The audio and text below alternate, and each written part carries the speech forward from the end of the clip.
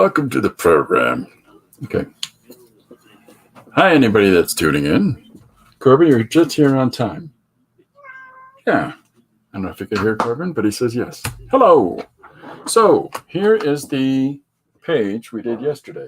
Right, Corbin? Right. That's right, Chris.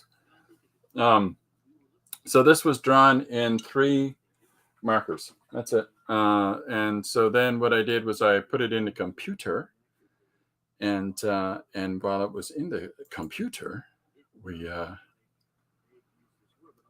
put it into a file and kicked it up a notch. So so we pulled together a page added the narrative to it. I've decided maybe it's about time I start signing my name on these one-page comics, just for skies. And I'm pretty pleased with how this went. I'm not a big fan of Tom Cruise, so given an idea to draw Tom Cruise wasn't, my first exciting venture. But, you got to make the most of whatever opportunities that we get to work on stuff. So I did. All right. Hey, look out. It's Philip Chandler, ladies and gentlemen. All right, today's question of the day is, what is your favorite medium to work in? And if that's digital, it's digital. But I think what we need to start opening up our heads to is it's not just digital. Digital is such a catchphrase and such a, it's one of those things where, digital. Well, digital means a bazillion things. When you look at the different people working in the different styles of digital, it's enough to make one go, well, it's a whole different world of uses in and of itself there. So I think that if you're doing illustrations like for video game development or the like, where you're doing these landscapes, or if you're doing these animatic cartoon type things, or if you're doing just cartoon style drawings like guys like Sean Galloway, or if you're doing, pencil portraits, whatever it is, right? But what is your favorite medium in digital? So if anybody says that, that's what I'm hoping for. Philip's got a response for us already. Philip has said, when I have the time to go back to it, I really enjoy watercolor. What kind of watercolor do you like? Do you like working from block? Do you like working from tube? Or do you like a combination of both? I kind of like both, but at the same time, I ain't too picky. So I'll work both in the same surface, but at times I'll forget that I even have one or the other because, as it's complicated. So I'm going to pull this paper down just a smidgen. It's a smidgen. I forgot to put the banner up. Banner. There we go. Hey! That's not exciting. All right, it doesn't matter. Anyways, let's look at, hold on a second. I got to turn something off that I got in the background. Terrible. Absolutely terrible. That's better. Okay. So I didn't realize I had that playing still. So who knows? Probably completely not allowed to put this on YouTube now. El Stupido. Let's see this guy. Anyhow, I'm going to work in pencil crayon today. And so what I've got is 2 different kinds of pencil crayons. One is a Crayola, because it's not about, so I've got a number of different Crayolas that are gathered up with some Laurentian and Prismacolor in there for good measure. And then I've also got this Studio pencil crayon, a bunch of those as well that I've been bringing together. So I'm just going to work on some stuff just for guys. And I've got the one-page comic suggestion is why don't they leave us alone? So what do we have? So another response here. I enjoy both. I prefer watercolor from the tube a tad more, but the palettes are better for traveling. Yeah, that's true. That's true. You can get these. Let me see if I've got them handy. You can get this. I find is a large size tube comparatively for watercolor, but you can get Things like Pintels I think they're called, and they're like half the size of this, which is a really handy little long box with like 16 values in it that you can actually kick around with you just as readily. I would elastic band it to the bottom of my brick box for watercolors, and in that way, if you're overly vigorous with the white, kid, well, you've got some white to fall back on, so, or whatever it is. All right, so why don't they leave us alone is, I'm going to write it down here. Why? A place where you'll never see it. Why don't, and that's just really for me, they leave us alone. And so today I feel like working in watercolor. So that's what we're going to do. Now, bearing in mind, if I start working with the pencil crayon, that the lead keeps breaking in it, you might see Christopher lose his temper. Yeah, well, no. Okay, so yeah, I've got some ideas on where to go with this one. Why don't they leave us alone? It's a fun little suggestion. I'm trying to catch up on some of the one-page comic suggestions that, quite honestly, I got back, I don't know, maybe 6 months ago, some of these things. And so I'm trying to catch up a little bit here, so bear with me. But I want to do a different approach to this one than our last two have been relatively static. Or our last three, we've done 3 this week that have been pretty static in the formulaic approach of panel. So, no, that's not true. The last 2 were, the first one had a large broad panel that had 2 smaller panels inserted into it. So this one, we're going to try something with some space and to have some fun and see where that takes us, because, it's all about having fun and exploring and experimenting. So I'm going to use a color that's probably going to show up better. So when I'm laying out in pencil crayon, I'll play a little bit with values and colors, and I'll come back in. Is that way too lit out? I think it's all right.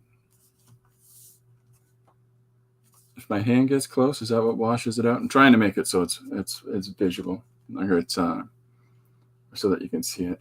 Words are tough today.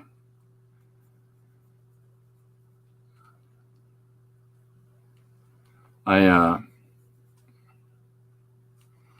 had a low blood sugar incident before I started today, so that sort of starts me with a bit of an addled brain. So forgive me for that. We got it together. I promise. So what I'm looking at as I'm working is I thought it'd be fun to I've just got a whole bunch of random images from the crime noir period of time. And so it's about taking these things and making something of these old films that fit our narrative today for our uses. And I tend to like to, when I'm using source material, I tend to like to just take it someplace else from maybe what its intended purpose was, or what the meaning behind it initially was. And for me, that's fun. But there are people out there that say, never use source imagery. Always work from inside your head. Well, you do you. There's absolutely nothing wrong with relating things that you see. Oh, look at that. Hi, Dee Dee. How you doing? Welcome aboard. There's absolutely nothing wrong with using external materials and visual images to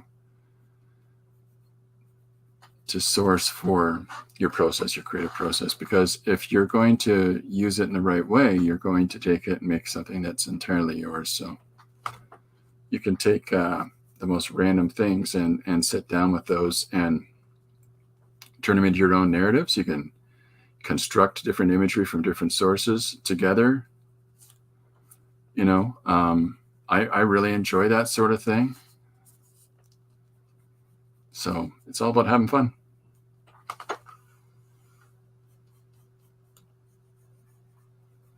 So I'm just throwing down the rough shape of it first. Oh, nice comment, Dee Dee. Is that the sound? Those people that say never use sources will always draw off. Who has a photographic memory? Yeah, really. There's such a thing. Like, I've got a pretty good catalog for things inside my head, but even I don't have that facility. And I have something called apparently it's called autonomic memory. I don't know what the hell. It's a highly associative memory that if I sit down long enough, I'll remember the structure of things. It's just, or the layout of every place I've ever lived and random crap like that. But that's not even remotely close to what's supposed to be photographic memory. So yeah, use whatever you need to use in your creative journey. Like, there's just so many different avenues that will allow for you to explore different perspectives and headspaces that you might not have considered initially. But then I'll do this as well. And I'm a big fan of this. And I would highly encourage this for people. Use your source imagery to a point and then put it away. Like, allow yourself, okay, so this is helping me with some of the challenges that I might have with, let's say, structure, right? But once you get that sort of plotted in for yourself, let it go. Let it go. Move on, McDuck. And push and play with it a little more. I liked your yellow page the other day with the Post-its. Oh, thanks, Dee Dee. Which one was that? That was, hold on, I'll look it up. It was it Hot Sexy or Jeff? No, it was Bad Guys. I think Bad Guys is where I threw some Post-its in. I think that was, yeah, that's this one. Bad Guys. And the background turned off. There we go. Yeah. So, yeah, that was a fun one. I appreciate that, Dee Dee. It's very nice of you.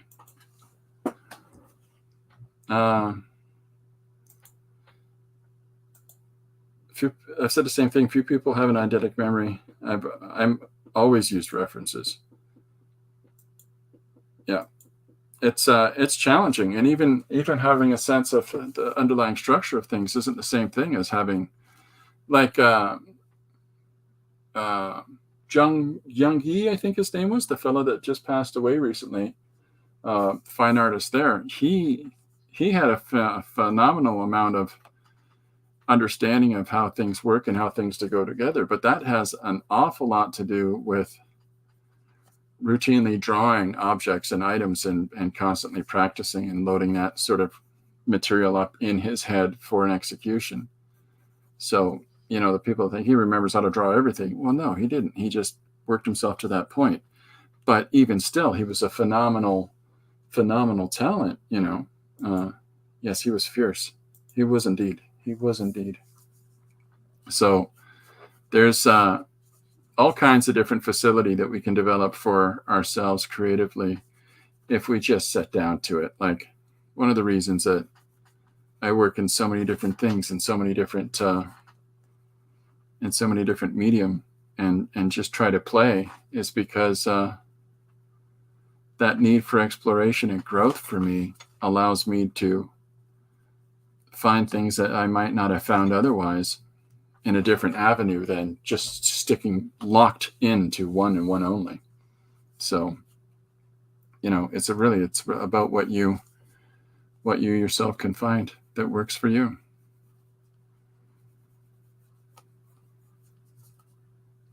And I'm sure all of us in this journey that we're on creatively, in whatever medium it is that we work, there's, in case anybody here just writes or whatever, you've pursued that to some extent, right? So Judy says, I love mixed media. It's my favorite. Everything in collage. Hey, ladies and gentlemen, Paul Pete. Good to see you, Paul. I'm trying to keep up with the clickety-clickities. I'm doing my best. I tend to forget, so. All right.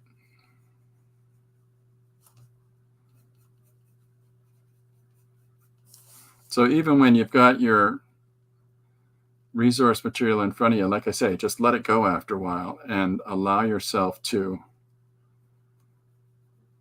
just explore and play and see what you can find. And in and of that, you're going to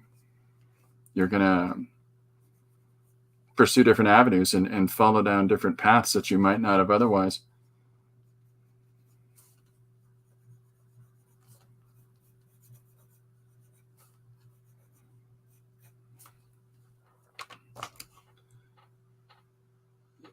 That's very nice. That's very nice, Paul. Portrait of a woman you were drawing the other day was stunning.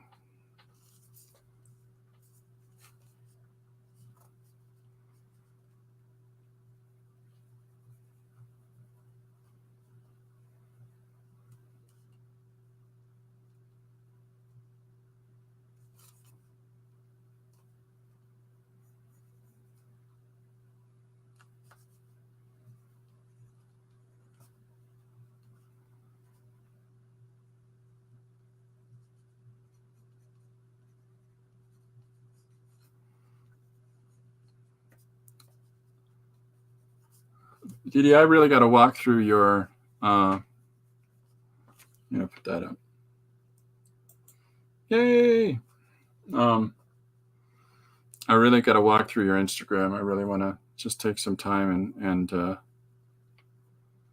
go through and peruse. Mr. Works too much. Needs to wake up and do that a little bit more. I feel like it's something that I'm really always falling short on. Artcasters last night, I missed it. I watched it this morning. That starts at midnight for me, so I've been starting my day lately at 6:30 in the morning. So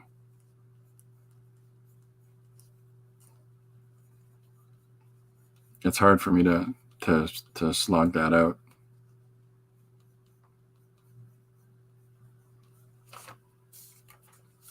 And I don't want to miss some of the wonderful things that are being discussed and talked about. But that was a good Artcaster. I watched it today, and it's interesting. Some really interesting information in there. And oops, I forgot to soften out that line.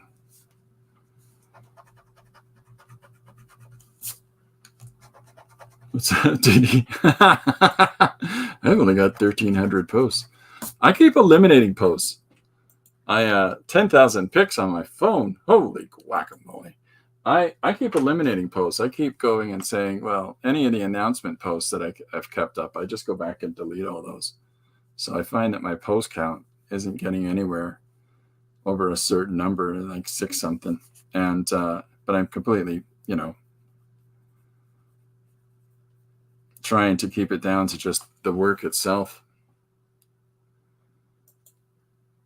Couldn't get back to sleep. Holy crow. Got up so early this morning, it was almost yesterday. I like that. That's a good expression.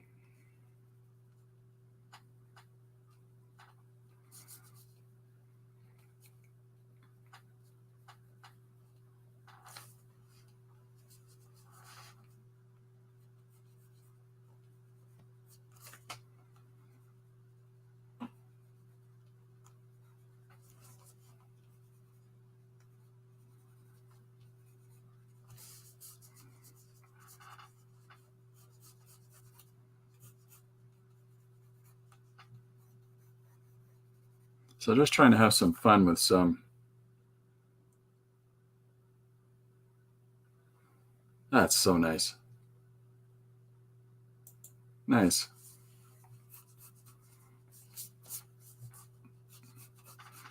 I have a hard time with, if you follow X amount of people, it's really hard to find the people that you that you want to follow, because I find you get inundated with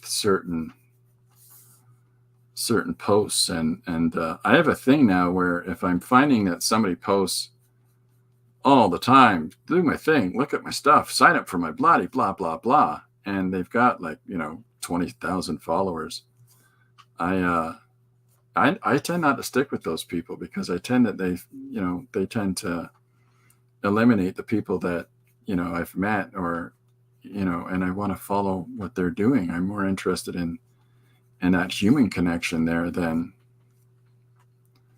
buddy trying to sell his drawing class. I might have liked his images at some point, and he followed me, or I followed him back or something. But I'll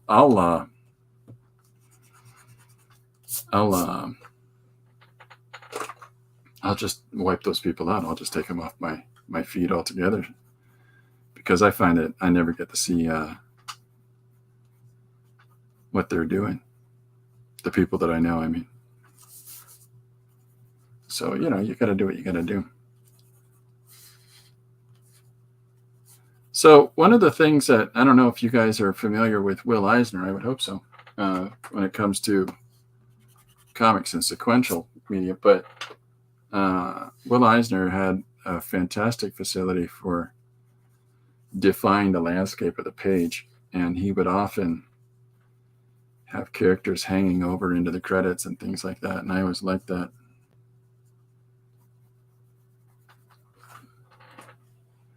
What's that? I like to show people you can do creative things like drawing and coloring. No, that's important. That's real, but that's not you sitting there and hawking, sign up for this, sign up for that. Go on this platform, go on that platform, and buy all my stuffs. I've and it's a lot of these, hey, everybody draw generically the same way, guys, but at some point they might have had something interesting there for me that I clocked into, and then realized afterwards, oh geez, this person's gonna make me nuts. So I'll pull it out. I'll take them off my feed. Well, no, I know you have no classes. You got a class, Dee, but you got no classes. You're not one of those people doing that business. What's this? Oh, right up here. I missed this. I need to make more work to post on Instagram. Get busy, Philip. What are you doing? In your time, Philip. I mean, don't ever feel pressured. Like don't try to keep up with the Smiths. That's for sure. Because the Smiths, they don't know what they're doing. Let me think here. All right, so I just pretty much got this laid out for myself. Just be one more second here. I'm sorry it's taking so long. This is just having some fun with some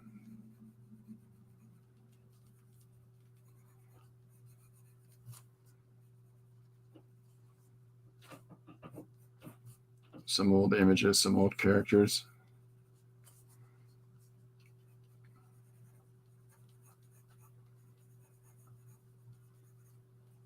Now, Tommy Lee Edwards is an interesting artist that uses pencil crayon and inks and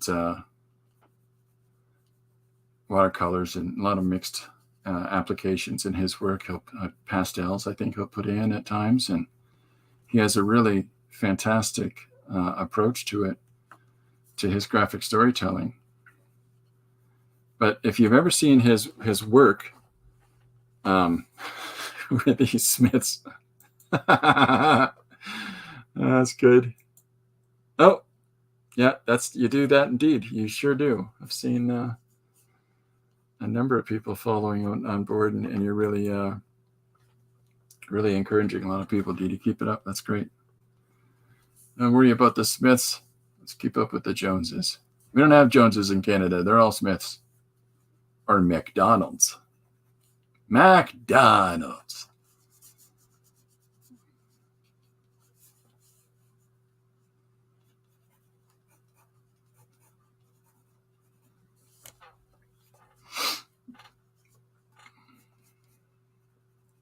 My listening today is, what have I got on? I usually try to tell people what I'm listening to.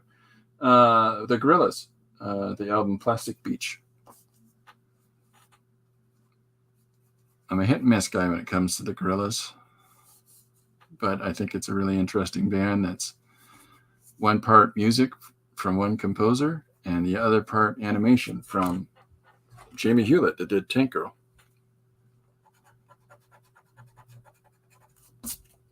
What's Philip saying?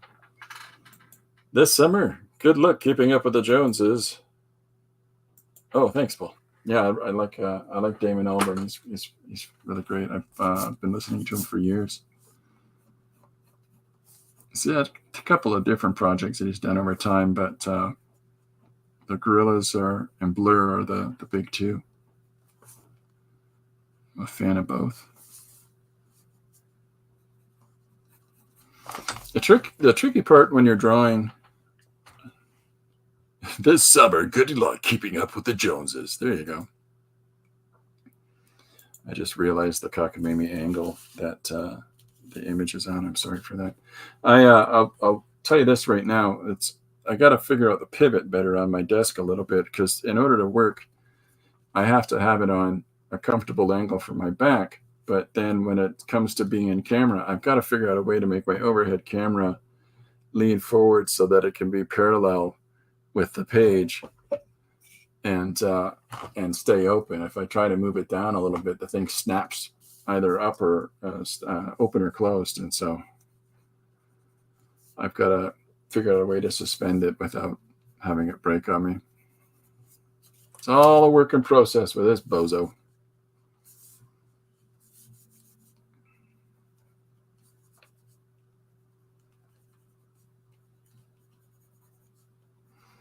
So talking about sources, as we've talked a little bit about today, I think it's also important to drop your sources at some point.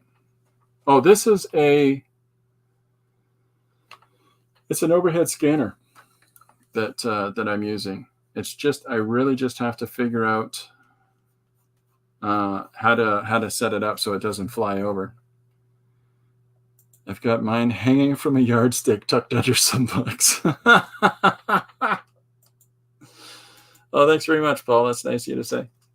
Well, again, understanding how fabric folds and moves is sort of part of, I love that, Dee Dee. I thought I was the only one that had this sort of jimmy together setup. When you're figuring out folds and stuff, it's just an extension of body. It really is. I think it's just a case of, you draw X amount of bodies, you sort of figure out how the cloth moves on them.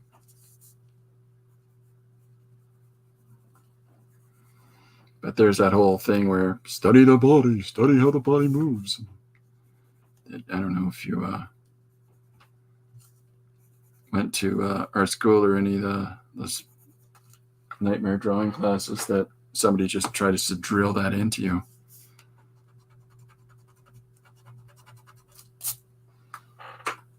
Study how clothing folds and moves. There's a million tutorials on it that I always feel like they give you nothing. They sort of say, here's roughly how it goes.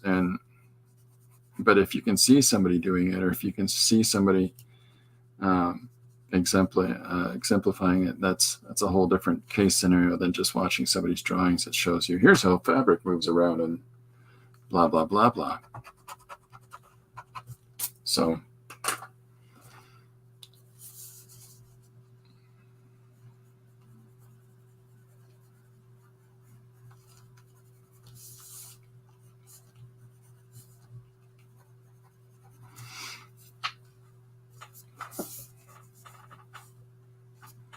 yeah, I'm just having a lot of fun here. What's Philip saying here?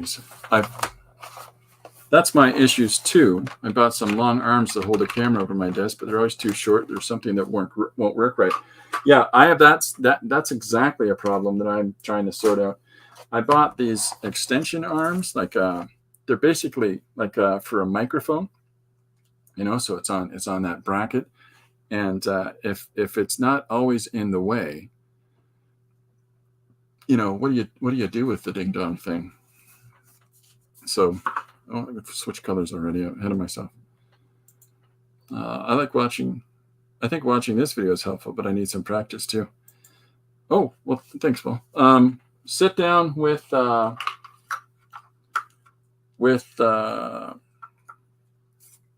Didi, did you do this on your thing where you showed here's a magazine and here's how you figure out folds by looking over the drawing? Was that you that did that? I think that was you that I saw do that. Which is a great way to start out.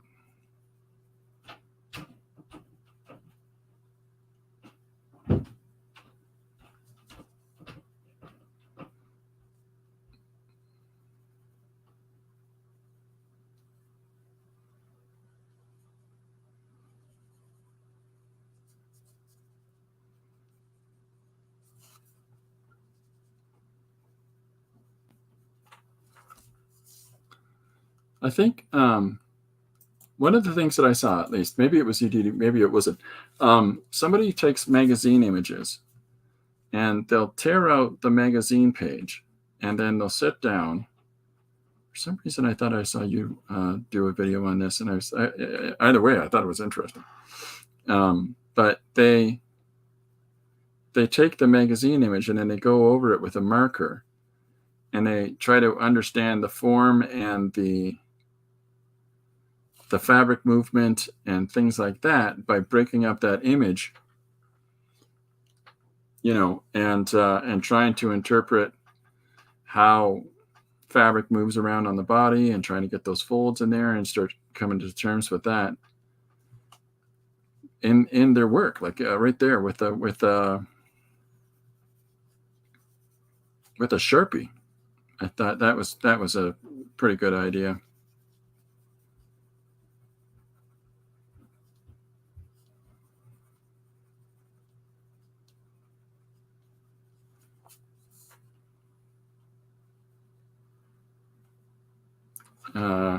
Yep, that was you. And it might have been you, Didi, then, because I think that's what it was. It was tracing paper with Sharpies over magazine images.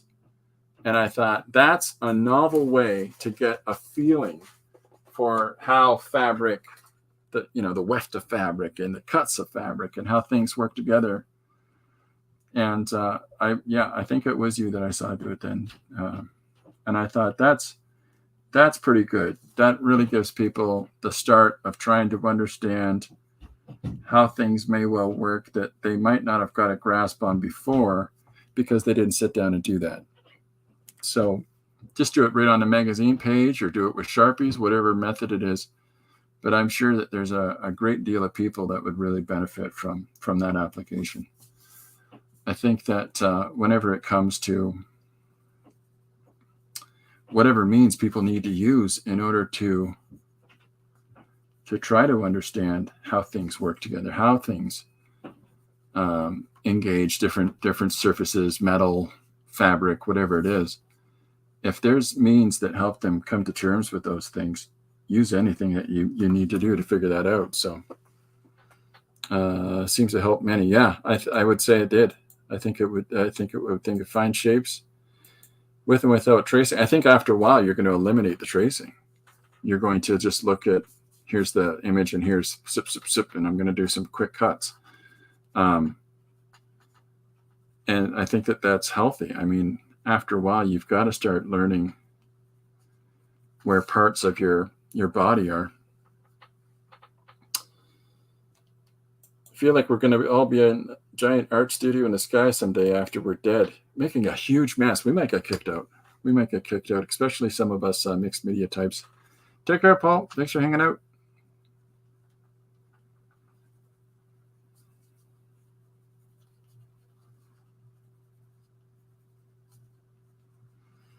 Yeah, I think that once people start allowing themselves to have a grasp on how things work, then they're going to figure out methods of which there are methods that they can utilize in order to, really have an understanding of how to go about making those images or making those marks, approaching those subjects. I do this thing a lot when I'm streaming where I'll just start. You can see me go off in into my noggin where I'm clearly,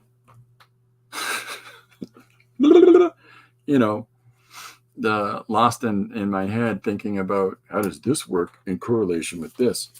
And for me, that's fun. I like doing stuff like that. All right, so there's an underlying structure of the image that for my first panel. And I stopped looking at my resource, I don't know how long ago, started having a lot of fun with this guy. I'm still debating on whether I push these guys any farther than I already have, because, I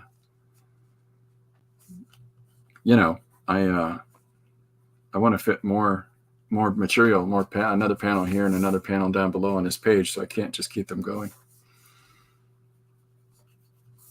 And this line's going to drop here too. Anyways, okay. So, what I was saying earlier about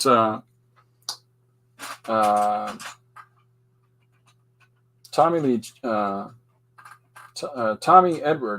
Edwards. Oh, geez, you think I'd remember it? He has a pretty neat approach to laying out his images, his book covers and the like. He's done some work on Harry Potter. He's done some work for the Star Wars guys. He's done some work for a number of different publishing materials. But he'll do different color values. Like he'll draw the face with red, and he'll draw the jacket in grays or purples, and he'll do this little transitional things that happen like that. And I find that really compelling. I love this. We'll have the art wing of heaven, Paul. I hope I make it. Your work's different than most, Christopher. I find it interesting. Dee, that means a lot. Thank you very much. I appreciate that. I like what you do, and I respect that. So, boy, it's very nice of you to say.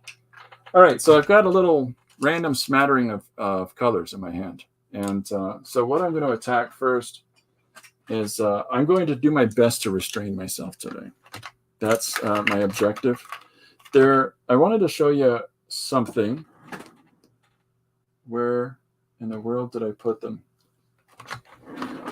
Hey, is that them? I had some pages for projects that are underway. I work on too many damn things at once. Okay, so it's a big stretch. So here is some images from different short pages, like different one-page comics that are for volume 2, where this is like a marker that's just like the same as I did yesterday, but with more contrast, more blacks and stuff in there. It's all about jelly beans. It's not about jelly beans, but I like to do things like this, where this is clearly in marker, but this is in pencil crayon. And so, I like doing that. I like mixing materials or medium together on the same page in the same image. And you just, yeah. Oh, yeah. No, I could organize every 2 days, but it doesn't mean I'm going to be able to find everything all the time. I've got a lot of stuff crammed in a small space, but we're doing our best. All right. Okay, so last night I was scribbling in my sketchbook, and I was just playing with facial values here. Don't pay attention to the old stink eye. I don't know where my head goes sometimes, but just playing with skin tones as we put those down in pencil crayon. And so that's similar to what I'm going to be doing now. And for me, I think about the planes of the face, and I think about the engagement of these values together, and how, we could interpret different shapes. Have I made what is that? Oh, thank you very much, Dee Dee. I can show you the finished page if you like, for the jelly beans. I've got that in my files here. Have I made a sketchbook tour vid? Oh, I don't know. My sketchbooks are nuts. I draw over everything I do. Let me see what's and I've got at least 3 or 4 sketchbooks on the go always. I think everybody's like that. But I'll write notes and then draw an image over top of them, and draw another image over top of that. I'm really notorious for that, or things that blend into other things, and and then I'll write story ideas down. Whales are leftover biological spaceships for an ancient species. It's nonsense, but this is what my sketchbooks end up looking like, and they are just bonkers. So, and this is a page I showed recently about a sci-fi story I'm doing. I tried to find a uniformity for how everybody's a singular culture, but all kinds of different species and races. I was playing with printmaking before I started this today. I was doing some, trying to remember how the hell to do image transfers without having to use rubbing alcohol. But I finally figured it out. But it's funny the amount of things that we figure out at one point and then forget what to do with. Oh, no. I never have ideas in my sketchbooks I don't want to share. There's very little embarrassment in this guy. And with said lack of embarrassment, my favorite idea is this one. This is my favorite idea that I want to do as a one-page comic. But I'm trying to finish off a couple that people have suggested. Haunted bow tie. I keep showing this one. Haunted bow tie. Anyone that wears it kills.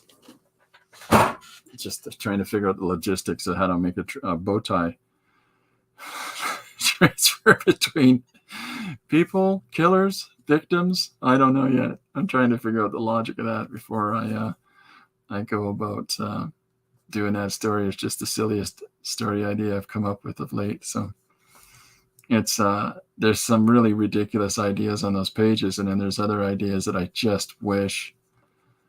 Like I've got an idea I did a series called Elmwood that has 11 issues in it, and it's been 4 years since I put out the last issue of Elmwood, and it brought everything to the point of the final confrontation between all these characters I've been building up to. And then I stopped, right? You have to contact me to buy your book from Canada. I know a couple people have tried to order my stuff from my website, and for whatever reason, the mailing part that's on my website, which I cannot figure out what's going wrong. I'm having a problem with Square, the provider that I'm using for my website. But it wasn't letting some people in the States order my book. So I said, if anybody has a problem with that, just contact me and we'll figure out a way to get it right to you. But some of these early books that I did, my style has changed so much since I did those books that I basically, what I have to do for issue 12 of Elmwood is just do it as a standalone and sort of synopsize what happened in those previous books, which is easy to do because it's your story and you know all those parts. But that's basically what I need to do here in order to finish this project at this point. Because quite honestly, I mean, the early projects really don't represent me very well at this point, because we change over time. We get better, ideally. We learn more things, and we do our best on that front. So I'm just throwing this one value here in all the fleshy areas. It's not the principal value by any means, and it's not the root color for people's. It's sort of, I don't know. It's a habit I have of, you just sort of program your own brain to say, here's where the skin is, or here's where this structure is through all of your images by just making that one differential change. So I could just PayPal you to buy if that's an option. Oh, sure. By all means. Yeah. Is there anything specific you're interested in? The big book I put out last year was the one-page comic extravaganza. I appreciate that, Dee Dee. That's very nice. One-page comic extravaganza is it's a 48 page of a 48. Hold on. I got a copy over here. This is one-page comic extravaganza. This is the one that Scott Cirkland and the fellas put on the Artcasters. But this is the one that's all just one-page stories drawn in whatever the heck I wanted to draw the minute that. This is the example page I showed earlier about masking tape, Post-its and the like. This is one drawn traditional ink and then colored in the computer, da-da-da-da-da-da. But that's the big one I did last year. So yeah, if you're interested in one of those, by all means, let me know. Send you a bunch more fun stuff. That's what I tend to do is, oh, you bought this? Well, buckle up because you're getting all this. It's dangerous. You order one thing from me and I send you 5. The comic, my wife and I started publishing my work in 2015 because she found 2 or 3 completely finished books in a drawer when I brought my studio home, and I wasn't sure why I hadn't done anything with those because, of course, at the time they were for clients. But now we've published 70 books, and I haven't bothered with any online solicitation or anything like that at all for any of this stuff. It was literally a regional-based publisher, so we would sell it in local stores and publish local people. And I run the Comic Jam here in London so that we can encourage more young people to draw and explore, creatively their want to tell stories and their want to engage people. So, and I publish those, and we collect those little, comics that we do together at the events, and publish 7 volumes of those and 15 anthologies and yada, yada, yada. Pretty pleased to be able to have the opportunity to work with people like that. But after a while, you got to make a choice of, can you keep doing that? Or is it time? And I think it is for me at this point. I need to focus a little more on what I do, because one page is actually my 30th book. And, it's kind of, hi, here I am. People are like, who are you? And I've been doing it for a while, but nobody knows who I am. Message me your PayPal and I'll buy it. And some coffee. Oh, I love coffee. I have a Keurig. I appreciate that. Don't send me any coffee. There we go. iPad typos. Nice. I have an old PC. I am not an iPad guy at all. I have an Android phone. And then I try to access my wife's iPad because she says, look this up. I forget it. It's like looking at a caveman figuring out what to do with a stick. Gronk no make type on big robot. And it's silly because there's things that I could probably discover for myself trying an iPad that I really haven't as yet. So bearing in mind, my Photoshop program is from 2005. So I'm sorry. I was going to show you jelly beans, I think I'd said.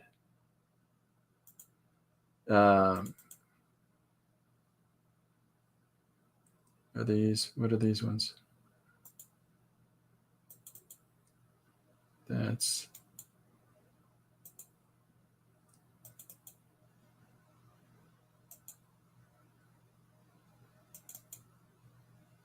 I got too much crap on my computer. Procreate is awesome. I hear that. I have not. there's a lot of programs that people are suggesting for me that I just have not got into. This is enough of this. Yeah. This is jelly beans, or point counterpoint.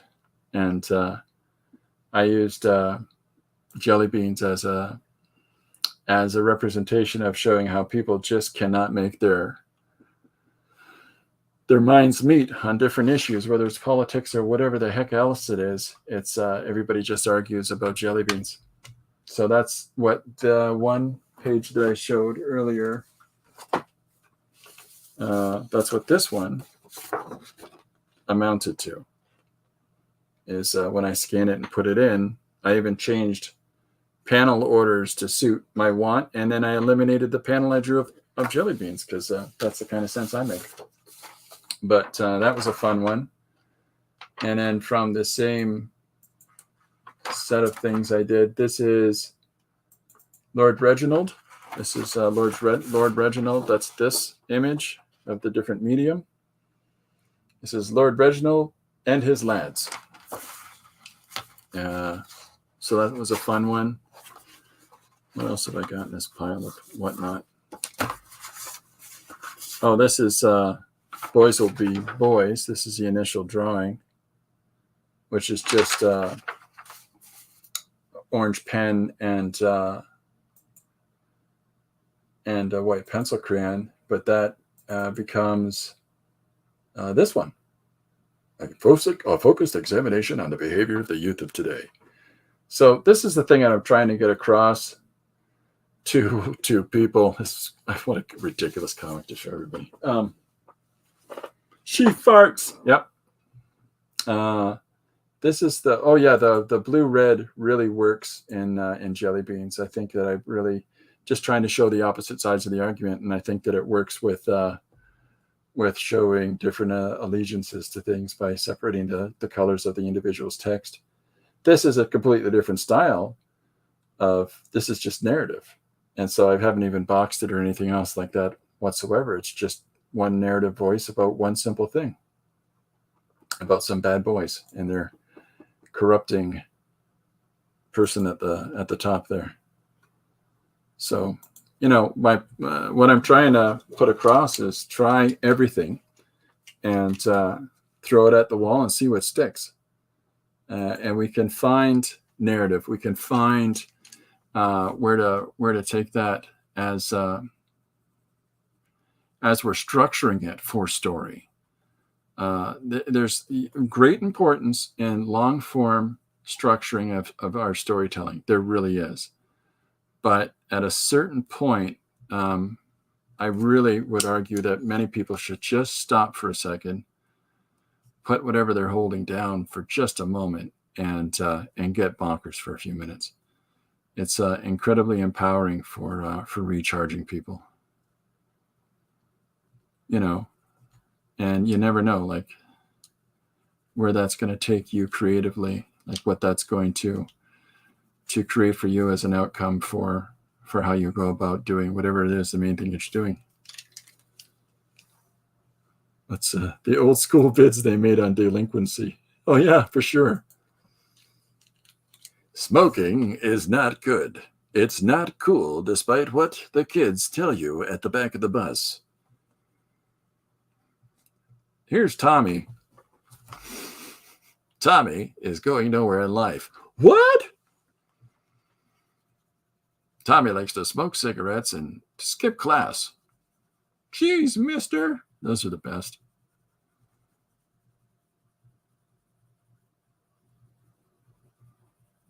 It's important to remember that lead paint is not edible. I love all of those old ridiculous videos. Basically telling people not to hit themselves in the face with a shovel. Like the points that they make are so over the top, so extreme that who are these for? Is always the question that comes to mind. In Canada, we had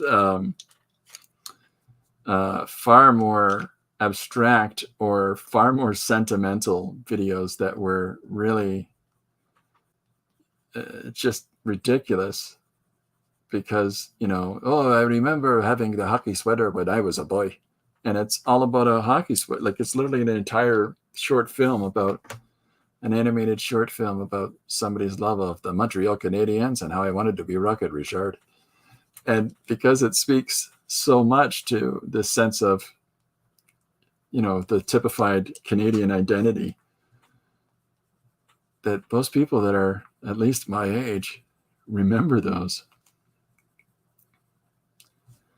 I'm pretty sure that, in fact, I know Philip would have had to have been exposed to those too. So, the sweater. See, there we go. There's another Canadian. The sweater. He gets given a Toronto Maple Leaf sweater by his mother, who just, it's a hockey sweater. So she just gets it, whatever she gets him in. No, I cannot wear the Toronto Maple Leafs. So all the kids are wearing Rocket Richard's number. All the kids have a Montreal hockey jersey on the ice. The thing that used to annoy me about that when I was a kid was because I was, a single mom, and I grew up in a really low income situation that I could never afford a hockey sweater. I'm like, these kids are complaining about the one they got. What? And now as an adult, it's even for me to buy a hockey sweater today is absurd because I'm 6'6". I have to pay extra to have a hockey sweater that fits me. Forget it. I'm not that much of a hockey fan.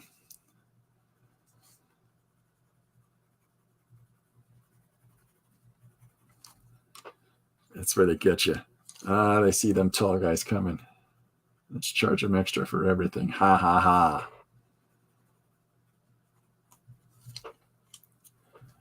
Well, back in my day, we used to dream of wearing a hockey sweater.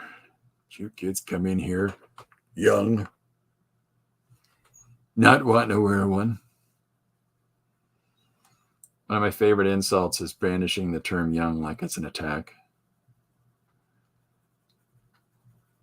It's from a British comedy series I watched years ago, The League of Gentlemen. You come in here young, wanting to touch the things in our shop. Well, it's for local people. So I'm just playing with some colors as I'm throwing it down on their forms here. The source imagery I'd initially used for everything was black and white. But once you understand where, after a while you draw enough people, you figure out where body parts are and where the folds and bends are, and you shouldn't need to be locked into your source. Just play, have fun. Oh, there you go. There's the line. I prayed that God would send 1,000 mouse to come down and eat my Toronto Maple Leaf sweater. The stereotype extreme francophone accent that the character has in this thing was pretty brutal.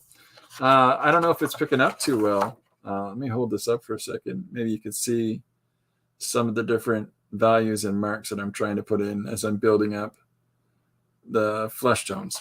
It's, the whole, hey, just get a thing of flesh tone out of the box. Oh, no, don't do that. Don't do that. Find the flesh tone.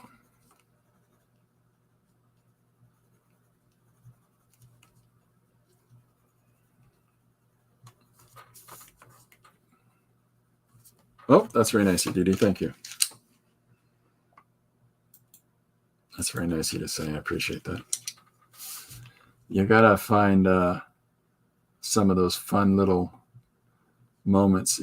I always find that when I'm working, I try to have characters have that personality, that who they are needs to come through in some way. Like we need to exhibit their individual personality from the person beside them so that it starts to inform the viewer in a short-stepped way. This is who this person is definably in this context. I'm trying to hold off on the orange here because I find that because a soft touch orange in your pencil crayon application gets close to flesh tone color when you're layering it in with the other colors. I find that if you lean into it too soon, it can really overpower your images, and it just becomes everybody has a face like George Hamilton. Huh? George Hamilton. Who's old enough for that? Everybody probably watches this. I don't think I have any 20-year-olds watching what I'm doing. Maybe I need to be more cool with the hip hops.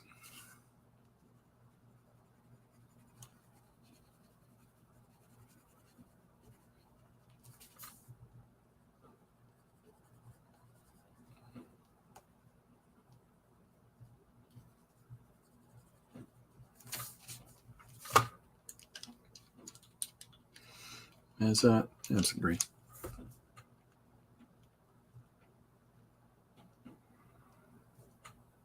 I find that holding off on any kind of black whatsoever is also very handy in drawing people. There's a time for it at a certain point, but not right out the hop for sure. And even when it is introduced, it should be done so sparingly.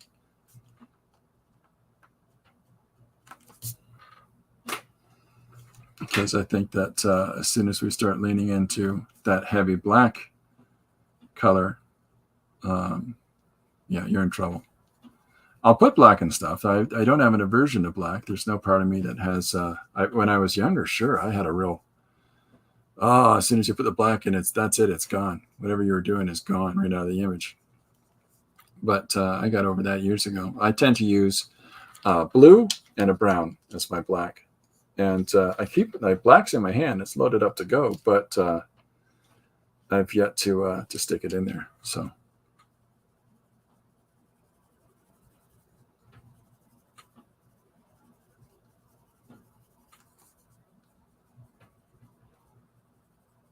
I don't know about other people. That's just how I do it. That Dee Dee, you remember what I'm referring to? That's great. That's funny. Speaking of things from the day, it's incredible to me how Bob Ross is trending like with young people now. None of them. I find that most of them don't do anything with it, which aggravates me. But the fact that these kids even know who he is well, that's at least something.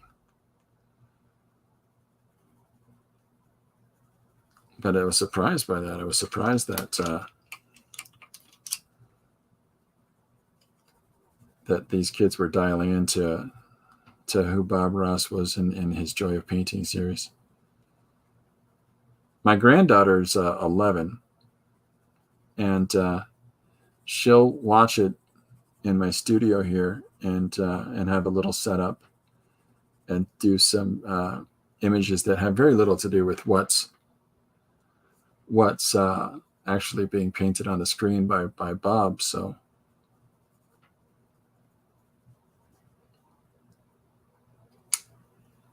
a week-long Twitch that youngsters find. Oh, I had no idea that was a thing. I think it's a healthy, good thing for old men to stay off of Twitch. There's an awful lot of my kids are on their 20s and now 30s, and I got no need to watch young kids shaking their butts. And that's what I find. It's a lot of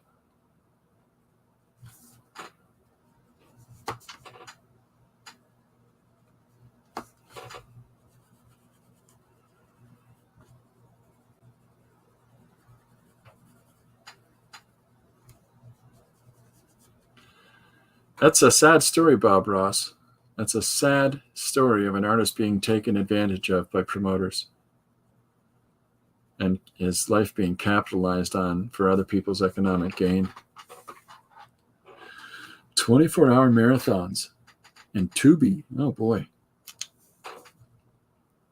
I have a bunch that I recorded on video cassette from, putting the tape in the machine and pressing record, and while it was playing on TVO here in Connecticut.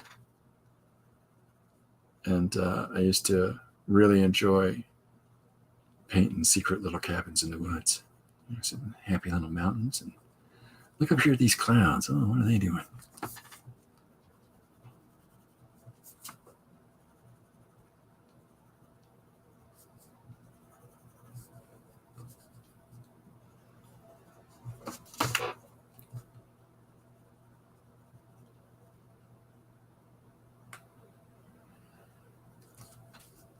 The documentary was not a good. If you're a fan of Bob Ross and you want to just have that be inviolate and just appreciate his work and not the hardship that he went through, maybe don't watch it, because I find that they overexpose some of the frailties. Maybe do watch it though. I mean, they really expose some of the frailties of being an artist and trying to find a way to bridge the connection between artist and audience. And so some people came forth to help him with that, but then proceeded to take complete advantage of it. It's sort of like, I mentioned this guy the other day, Drew Struzan. Drew Struzan, the first time, this is a guy that would do all the Indiana Jones and Star Wars posters and so forth. The first time he got representation from this father and son outfit, they kept all of his work. And then at one point, there's suddenly 100 paintings to be released for an auction at Christie's or something like that. And so Drew put forward a cease and desist order from the court, because these are the paintings he never received back. And what it turned out to be was that Sons was just selling them all. And so he had to, and then of course, during the court case, or the father, I think, was selling them. I can't remember who. The son was selling all the paintings that the father had. And then during the court case, he dies. And so the court looks at the fact that all of these works that these two had taken from Drew and not returned after they had been sent off to clients, were finally returned to him. And this is a guy who was excited that he and his wife were making $50,000 a year. And one of the people that was working with him from a studio, having him do these paintings for film, said, "What are you talking about? We pay you $50,000 a campaign. And you've done 12 campaigns this year and you're making how much?" So, he finally got liberated from that representation, those agents, but it was still years later before they finally got that work back. So that's brutal. It's oh, that's wonderful. Yeah, don't be disillusioned on old Bob. Bob is wonderful. Bob maintained being wonderful, but the people around him were pretty not wonderful. They took real advantage of Bob. So just let that be, especially if you enjoy his material, in the sense of you like working with his paints or his products, or the paints and products. Yeah, just maybe don't watch the documentary. So I tend to have, I don't know about others here, but I tend to have a different aesthetic when it comes to how I go about doing the application. I tend to look at the marks that I make kind of in a haphazard and abstract way, as opposed to proper definition and proper delineation of where those, where the buckle in the skin is and all those very specific things. I tend to just intuit it and run with it, and then work with that as I go. It's a haphazard approach. Maybe it's not the best example, but it keeps me moving around on the paper, on the surface, on the whatever material I'm using, and eventually I'm going to find objectively that that proper mark, that proper value for that space. I know that other people will say be really sparing in your mark making, but my argument has always been, hey, just use whatever the heck you got to use. So same with the Frazetta kids and his son too. Well, sorry, I missed out on half that conversation, folks. I apologize. Yeah, but the Frazetta kids had the same thing about their dad's work too, right? And his wife, the story of Bob and his wife is, or I'm sorry, of Frank Frazetta and his wife is kind of, it's sweet and endearing. And I like that a lot. She's his muse, etc. I like to hold on to that. So I try to not look too much more, because the Bob Ross thing spoiled the broth for me on a couple of different fronts. I don't want to know too much about Frank Frazetta's family situation, other than the fact that they have the gallery now, and good for them. Same with Jack Kirby's son. Same with all these other, inheritors of their parents' hard efforts and work over the years, and what's left for the kids. I know a lot of people swear by Stan Lee from Marvel Comics, but I do not, and I will not. It's because of the treatment of the artistic talent, and comics are a primarily visual medium. And yet those artists did not in any way, shape, or form get recompensed in the level that they should have for their work. So Bob's son did try to get his father's paintings and his name back. Yeah. His grandfathers now run that part of things. Or maybe that's Frank's granddaughters. I'm not sure. Yeah, it's okay. Let's change topics. I met this guy Bill the other day, and he's got some real chops there. Bill the Chopper. Yeah, I with a lot of artists, there's going to be a lot of stories about sordid, unfortunate stuff that it's. I love Caravaggio. I love Caravaggio's work. This is me in the background, just playing around with paint and watching how he moves paint around, and in his work, and seeing how that rolls around and comes together, playing with some of that myself. And but Caravaggio was an absolute nightmare, right? I mean, that guy was a troublemaker through and through. And so, it's one thing to know what we know about the people that we hold some value in, but I don't know if we want to know too much, but he'd have been just an ass to know.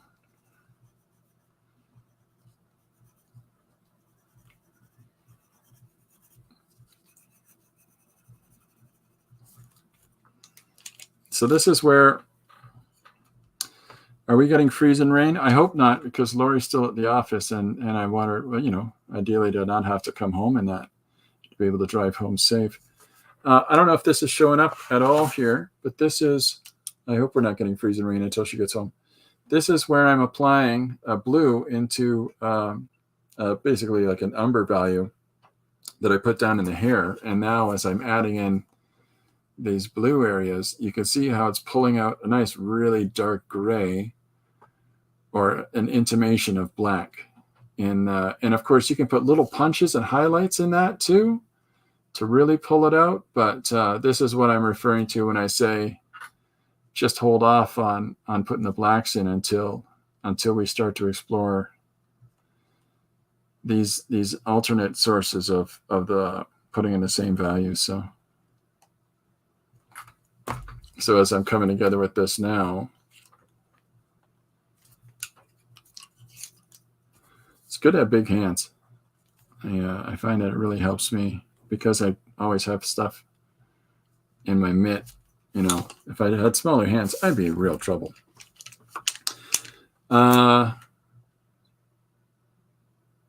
What is your favorite to work with, Christopher? Marker, pencils, or paint?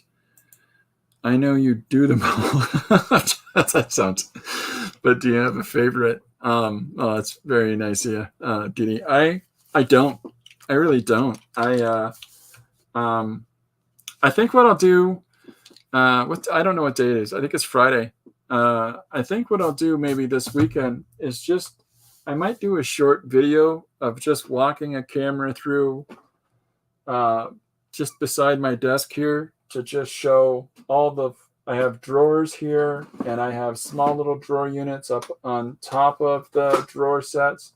And I have all kinds of jars and jars and jars of different mark making material, paints, tools to play with surface on, brushes galore, stencil sets, whatever else. And then in addition to that, behind me on one of the back walls behind me here is shelves of different papers and shelves of more trays and trays and trays of mark making tools and other different things and projection and even three-dimensional stuff I'm putting together because I can't come down to one thing. I really can't. I'm always working on multiple different fronts at once, just because I might be crazy. I don't know. I can't do it. No matter how hard I try, I get frustrated by something. I'm 7 pages from the end of A Village Haunted, the book that I've been posting on Instagram, which is just pencils and then digital coloring. And I'm still working on that, but I have to be doing this in the afternoon right now, because to just sit down and every afternoon of just working with pencils was starting to make me go a little bit, so I've put that aside and come back here to explore other mediums, because I was starting to go a little bit titchy there. And the book will be out, but I also didn't want to release all the pages for free on social media. I wanted to have some little cookie at the end for people, so I backed it up at the end there. That's a tricky enough thing as it is to pursue projects through the end, but for me it's a tricky thing to keep them in one medium only. There's a book I've been doing this year also called Stream of Conceitedness, and that is at times it's ballpoint pen, and other times it's digital, and other times it's pencil, it's ink, it's and the trick is I find for me is to try to make that uniform, try to unify all that together. And but I really like exploring one or another medium uniquely and individually at a time, but I don't have a favorite. I'm kind of me in an art store is you have no idea what I'm going to walk out with. If I go to an art store, a Walmart, a dollar store, a whatever, I go bonkers. I did Inktober last year, all in ballpoint and some brush ink. Yeah, I gotta admit, I really do like working in pens. But I think my reason that working in ballpoint is because then I don't have to ink it. So if you figure out if it's a pencil drawing that you have to ink, well, I've already had trouble with that. So I like drawing straightforward in ballpoint, because then, hey, look, it's done. Next. Which is it's a random reason I like something. But yeah, I think the thing I like the most has got to be mixed media. That's probably the easiest way to put it down to it. This is a navy blue that I'm using now. Again, black is over here. There's black. That's not even in my hand right now, because it just keeps me away from it. and then we don't need it when we can figure out some of these other values that simulate it enough. Philip says he can't go to a Curry's unless he absolutely has to get something specific or he spends too much. Yeah, I think so say we all on that one, buddy. There's no Curry's in London anymore, closed. I like getting the line weight variation with ballpoint. Oh, indeed, indeed. And for Didi, it's Blix. Blix? I've never heard of Blix. Is that specific to your region, or is that a national thing? You're in America, I think. You're in the U.S. Is that? I'm not sure how large Blix is as a chain. Does anybody have any specificity for what colors people's clothing are? Because I have not. And if there's a color you like, it's like Curry's. Okay.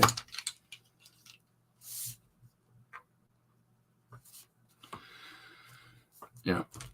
So I came at the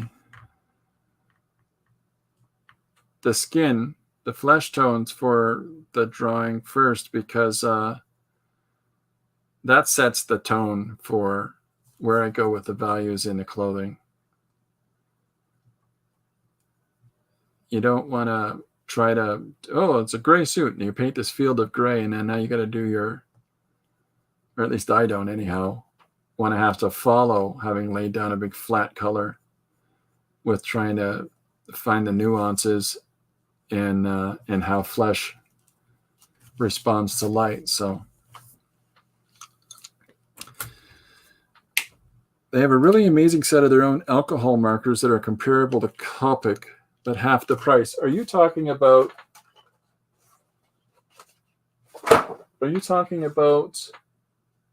oh, hold on, the Artist Craft or Artist Loft pens, Philip, or the Craft alcohol? Oh, this is a water base. Okay.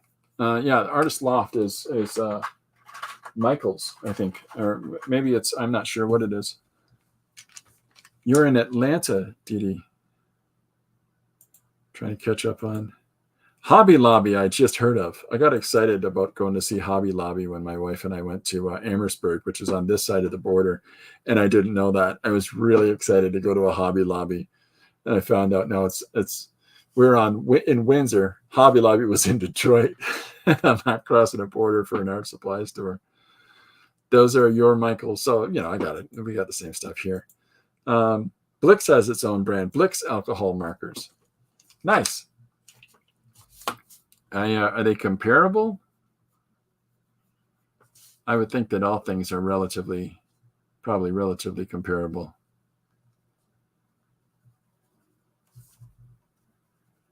I don't do solid lines when I'm putting down values. Nothing beats Copics. Yeah, I'm not a Copics guy. I've got these Artist Loft things that are comparable to Copics, but yeah, I just haven't, maybe I haven't invested enough time into them. But yeah, I do not, yeah, I don't know. I just haven't connected to Copics.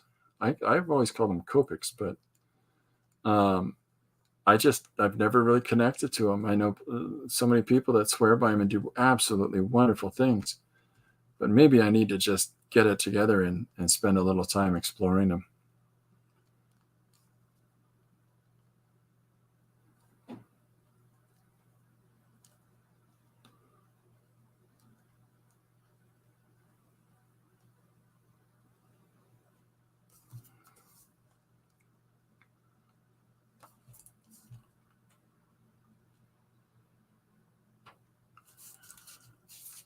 Copics, yeah. I used Hobby Lobby brand on Monday stream. I'm gonna have to watch that. I have to watch that stream, Didi, because you're pretty good for. Hey, try this. Oh, that's how that works.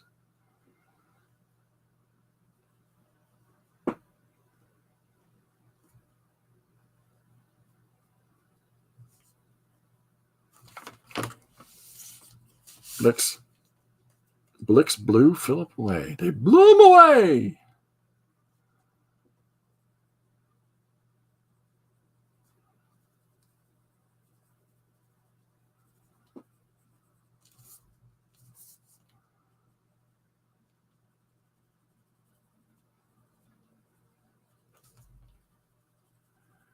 Croft from Dollarama is hilarious. Yeah, these craft ones are they're funny as buttons. They really are. I have those in my studio. I really haven't, again, I haven't explored those much either. Maybe I should.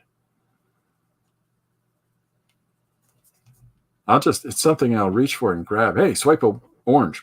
And there's an orange.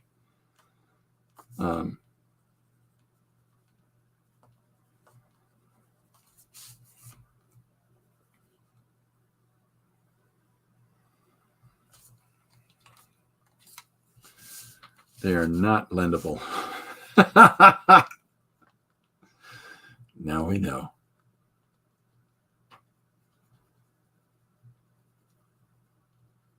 See, yeah, maybe that's my thing. I'm not really one for blending a smooth blend. I'm one for layering. I tend to do that in all kinds of different medium, not just like I'm exemplifying here in the pencil crayon. You try to put a color down. This is interesting for anyone that's watching. You try to put a color down and you put a color down, try to blend it with another color. It just lifts the first color right off the paper. I'm okay with that sometimes, though. I was doing a lot of that yesterday. I'll put ink wash down, or the Bad Guys piece that Dee Dee cited earlier. I'll put a wash of ink down and then spritz bleach into it, and it discolors it, and and depending on how the spatter hits it, you'll isolate parts of it right out, so you'll eliminate those colors right off of the surface entirely. Here it is flat. Sorry, folks. I'm working on an angle here. It's coming together. Feeling good about it. It's coming off as a little bit yellow in the camera, but yeah, we're getting there. Paper matters too, Dee Dee says. Although I used a copy paper book on Monday, Amazon Create Space Paper. I'm not familiar. Something I maybe look into. I think that the next page I'm going to do on mat board. I've got some chunks of mat board, and just for cutting mats for your framed images. Paper makes a huge difference. Philip agrees. And so that's what I'll be doing the next comic page on. This is a heavy grade cardstock that I've been using this week for a couple of these things. All right, I'm going to start throwing in some value into the clothing now. What are we at? An hour and a half.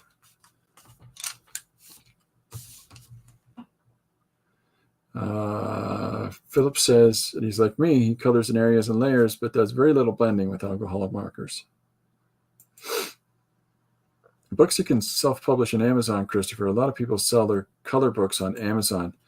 Yeah, Dee Dee, I really got to invest in. I'm doing all this research now, and my wife is on board with helping me figure out some of this stuff because I've got that crazy left brain that's I think I have a hard time, I think, with, when it comes to some practical thinking. I tend to, when it comes to processes, it takes me a moment to catch up. But she helps me figure that stuff out. She's really good at just fill out this form this way, that sort of stuff. I should start looking into selling on Amazon, but in Canada, it's a bit more difficult. It sure is, especially if you spend a week doing comic pages that make fun of Jeffrey Bezos. I don't know how well I do on Amazon right now with... I don't know. I just have this...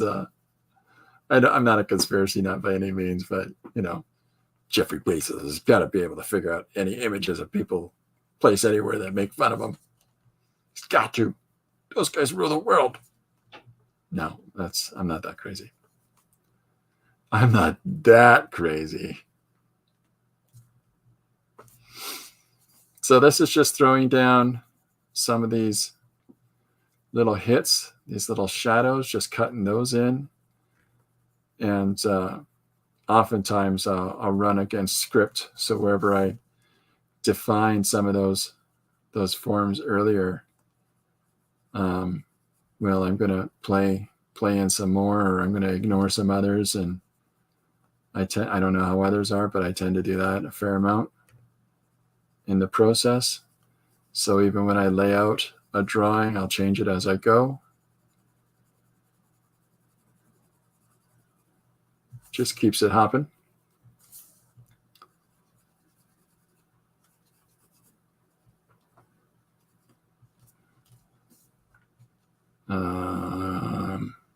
Yeah.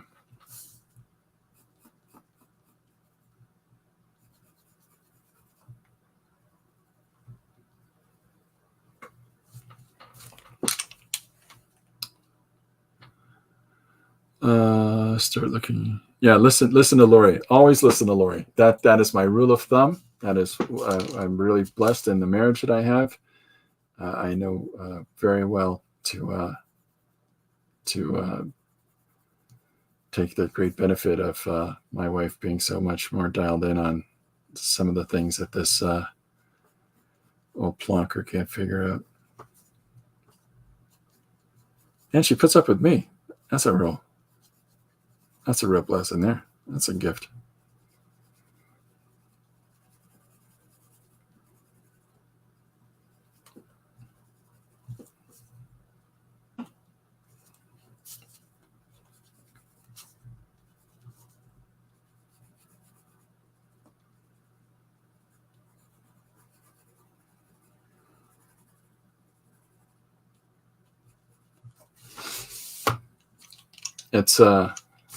It's a nice thing. It's a nice thing when you've got somebody. I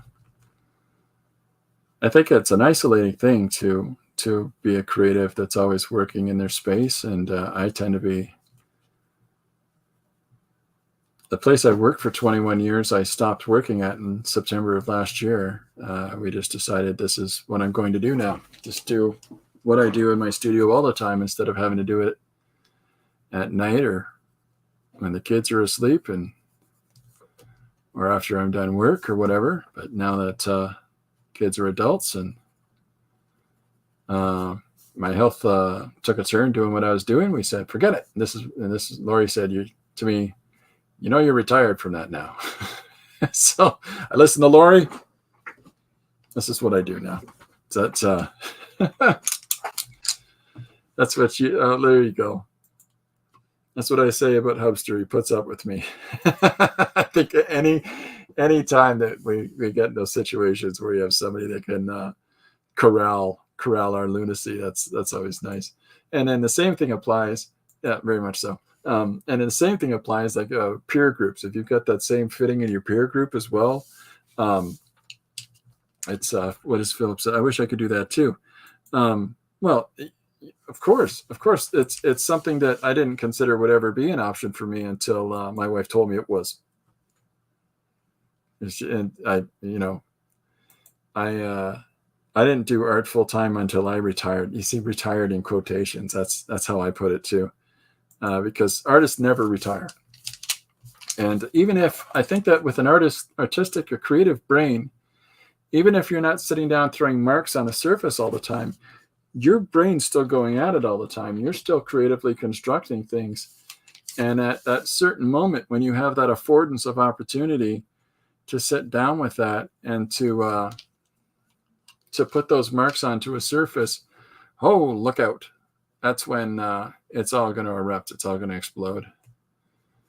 But I've learned more and more of late that there's so much facilitation out there with technology and so many different short steps now that in the process of learning those things, it enables us to be able to pursue creative avenues that we may not have ever had the avenue before in time because of well, specifically time, and because of material consumption, and cost and affordance of that, or affordance of space for utilizing materials, or just the setup and takedown or whatever, preparatory stuff, all those different aspects that really influenced where we were able to pursue our endeavors. I find that these technologies that were available to us now have really changed their perspective on that now.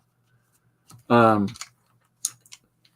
the end of the year, Philip plans to retire, quote unquote, from work and just do work. Good for you, Philip. Right on, brother. I hope that comes together. And but even if it doesn't, you're still doing stuff, right? Even if it takes a little bit longer, you're still making stuff now. And I love the images you put down when you're doing your streams. To what I was saying a moment ago, I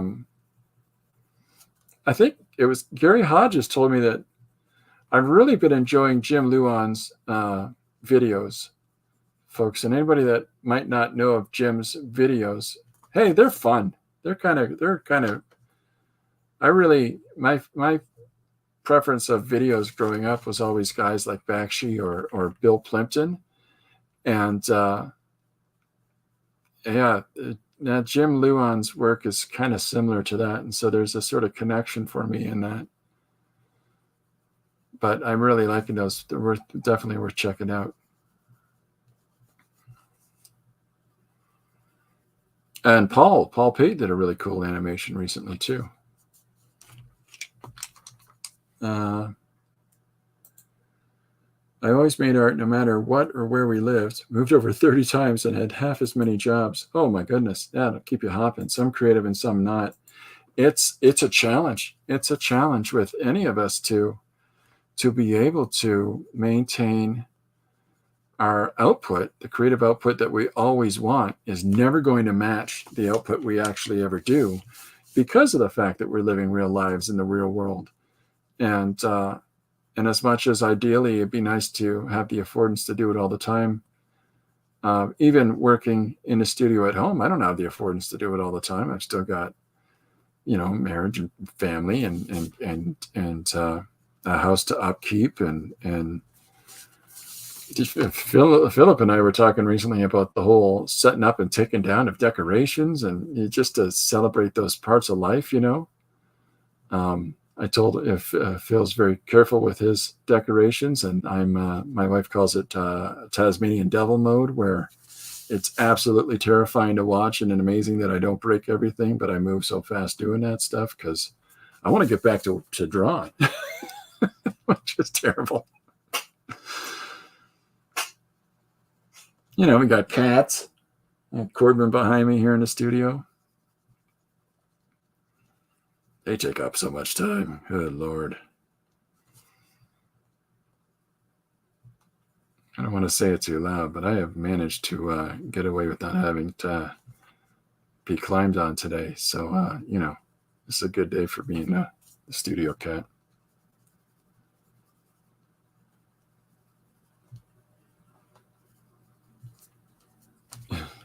Cats. Yes, the cats. Yeah, I've got two. I have Corbin Dallas Runciman, named after Bruce Willis from The Fifth Element. Told my kids we couldn't adopt a cat unless I could call it Bruce Willis, and my oldest son said, "Ha ha ha, Dad, this cat's name is Corbin." So, and we had just seen that silly film. So I ended up having a second cat, and I also have a cat named Baby. That's right, Baby. I love dichotomy, and I am gorilla sized, and my cat is petite. She's a runt, but I am a giant baby, softy, and she is for years, not so much now because she's 13, but she's a ferocious beast. So, Baby, it's an F name. So again, it's a soft apple. There you go. Oh, Didi says she's always in studio. I completely understand that. Phillips has informed us that he has finally finished putting away his decorations, by the way. And but you got a lot of things that you're gingerly taking care of, as opposed to me making my wife cringe. Dee Dee's cats are Oliver and Malibu, brother and sister. Nice. Yeah, if any X amount of videos of that people might see of me in a studio, you're going to see one of the cats or another one making noise or trying to climb on me at some point.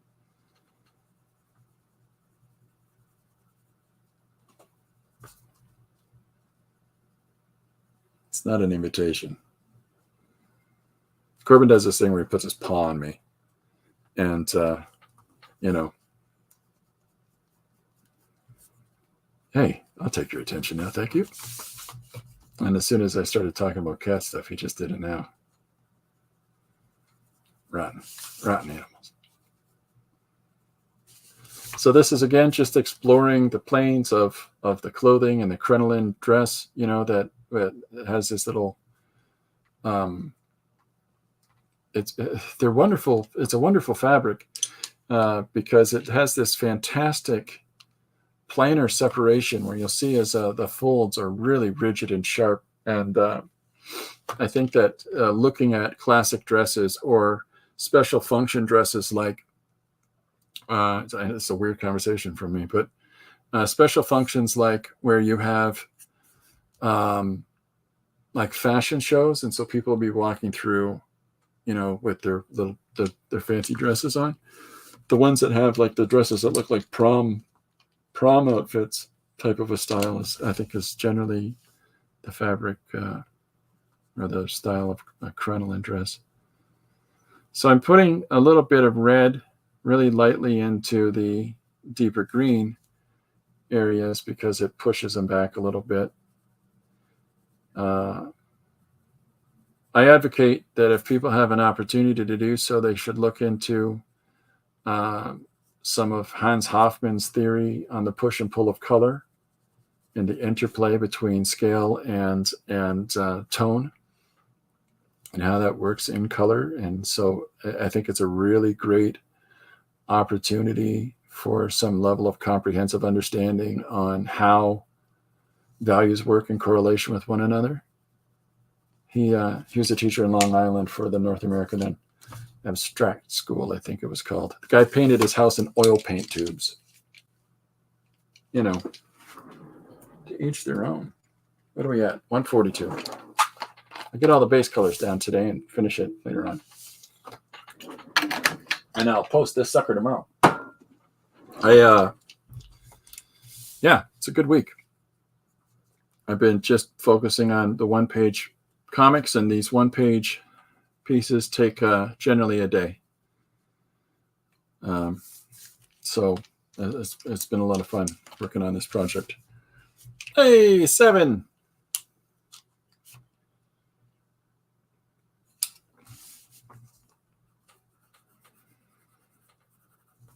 I didn't even finish drawing this cowpoke in here.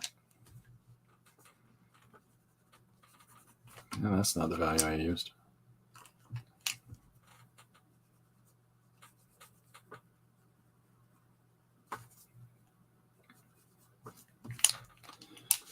Seven has been inspired again. Well, that's good news, 7. 7 is step by step on their way to global domination. Thanks, Dee Dee, for hanging out today. Really enjoyed you being able to hang out. It was really nice. And I'm going to try to get out onto your Instagram and take a look at a bunch of those images. And anybody here that might have tuned in that hasn't had an opportunity to check out some of the YouTube videos and things that Dee Dee has done, please go and look. She's pretty great. She's got an awful broad perspective on different materials and different applications to learning and to that artistic journey that everybody's on. So thanks so much for hanging out, Dee Dee.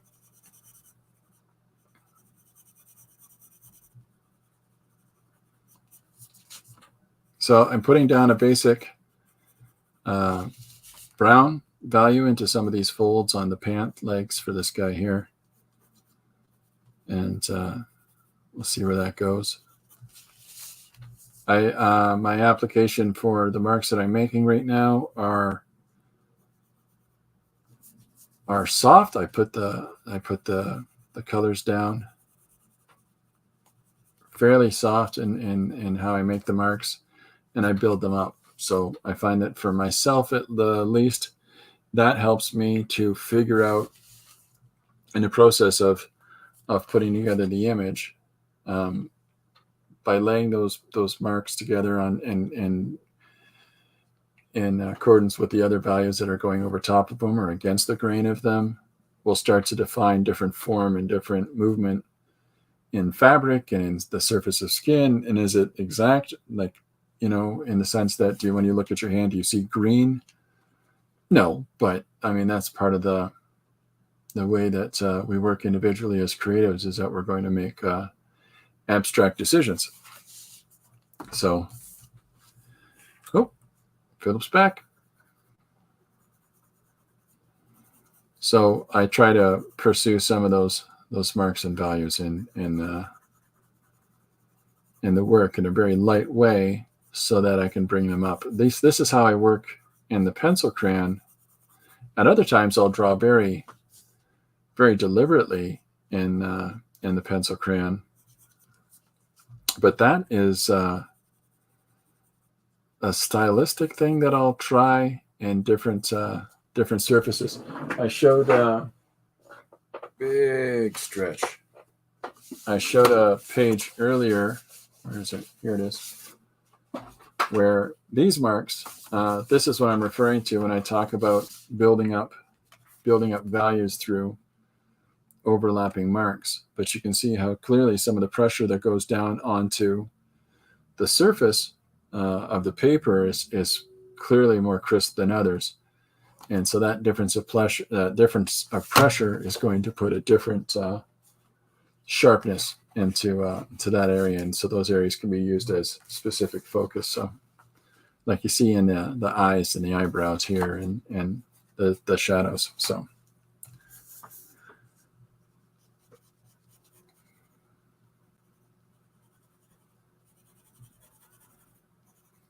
and this also, for me at least, helps me to more readily understand and define the folds this way. If I press down really hard and really have to commit in a hard way into where everything is, you know, I'm going to be far more tentative about it, and I don't need that. That's just being overly tentative and not just relying on a different approach is something that can keep you from getting into the work, getting into the exploration in your project. So if you can figure out ways to make up for those things in the way that you approach how you draw or paint or whatever it is that you're doing at that time, do it. It's liberating. Liberates you to let go, not be too hung up. If you're concerned about your drawings when you're working digitally, layer the heck out of that. Like layers will allow you to not worry about making a mess out of that spot when you're drawing this spot. You can compress those later. That's the fantastic thing about digital working, is that no need for an eraser. It's committance without really having to, you know.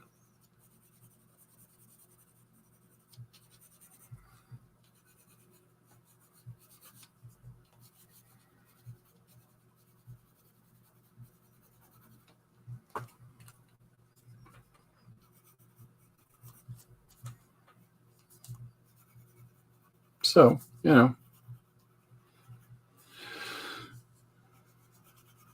the question I asked at the start of the program today was, what's your favorite medium to work in for folks? We've had a couple of insights into that. Philip enjoys watercolor whenever he gets an opportunity. Dee Dee and I are both mixed media people. Anybody that's coming in for the first time here, or just sort of coming across different people here that you might not have heard of, by all means, check out their space and what they do.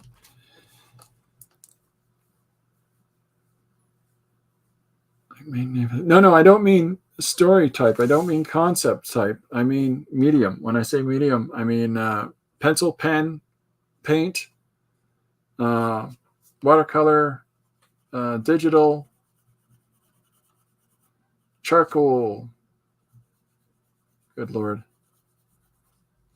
Or as I like to call all these things together, the splendor.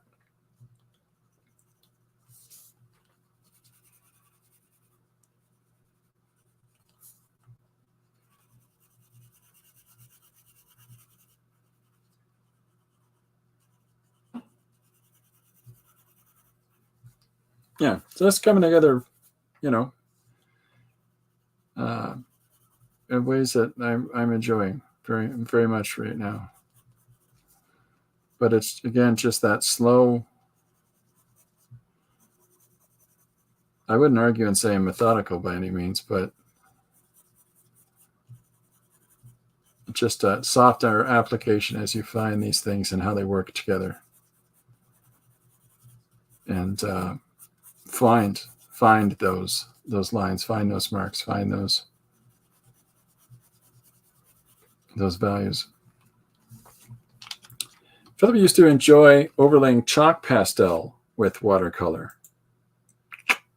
Right on. Love it. I've got lots of chalk pastel from when I would do drawings on, like, street drawing. I do murals on the sidewalks. And so I've got boxes and boxes of chalk pastels for drawing on the pavement. And there's a part of me that really wants to get into those boxes, you know, but I've got a small set of chalk pastels, so I really don't need to, but I really want to. And that's just making a mess. I know for a fact that it's just, I'm going to do it at some point. Who are we kidding? But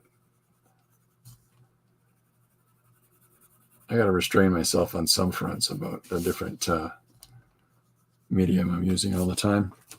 We got, Jim Luan's come in. Hey, how you doing, Jim? Hey, I was talking about you earlier. I'm really impressed with your work. We're talking about the benefits of how technology has enabled us to be able to do so much creatively from different places, different locations, different